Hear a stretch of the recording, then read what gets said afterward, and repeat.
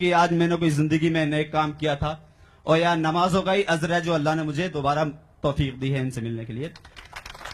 तो मैं ये कह रहा हूं कुली वो इंसान है और हमारी हदीस पाक के अंदर है, कुरान के अंदर लिखा हुआ है, जो आयत क्या है उस आयत का मफहूम है कि लोगों तुमने अगर एक बार भी अपने माँ बाप को बाबूजी कहा तो आपको एक नेकी मिलेगी।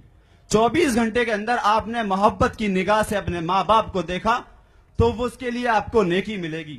मेरे मोहतरम बुजुर्ग दोस्तों, यही इंसान जब अपने घर पर जाता है अपने माँ और बाप से बाबूजी कहता है, एक बार एक महीने में आप बार यह करके आ गया, लेकिन जब ये स्टेशन पे आता है और जब पैसेंजर आता है तो पैसेंजर से ये दिन में 1000 बार बाबूजी कहता है। इससे बड़ा और क्या रिश्ता होगा एक कुली और एक पैसेंजर के बीच। कुली वो है जिसको अगर कोई लाचार है तो उसको गाड़ी तक भी पहुंचाता है, सीट पे भी पहुंचाता है, और बाबूजी कहता है उसका थूक भी सूख जाता है। लेकिन जब यही कुली आज हिंदुस्तान के जितने भी बड़े बड़े नेता हुए हैं उनके नाम तो आप लोग सभी जानते हैं, आज तक किसी की सोच में ये नहीं आया कि कुली से जाकर मिले तो सही, कुली की दिलों को भावनाओं को समझे भी सही। क्यों नहीं आया?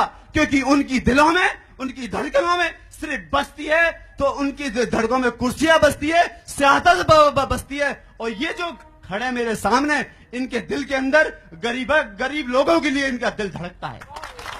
और यही हिंदुस्तान सारी चीजें जानता है, पहचानता है। आज मैं कुलियों से भी नहीं बल्कि पूरे हिंदुस्तान से कहना चाहता हूं कि पहचानो उस इंसान को, पहचानो उस इंसान के दिल को जो अल्लाह ने तुम्हारे देश, तुम्हारे जहनों में उसको भर दिया है और तुम्हारे सामने है। लेकिन ऐसी अंधेपन में भी मत जाओ मेरे दोस्तों जहां तुम्हें कोई सच्चाई नहीं दिखाई दे, लेकिन सच्चाई सबको दिखाई दे रही है और उस सच्चाई के सहारे चलो, क्योंकि जिंदगी में नाव जो चलती है वो कागज की नहीं चलती, उस पर कागज का सफर भी नहीं होता है। सफर तो मेरे मोहतरम दोस्तों उसी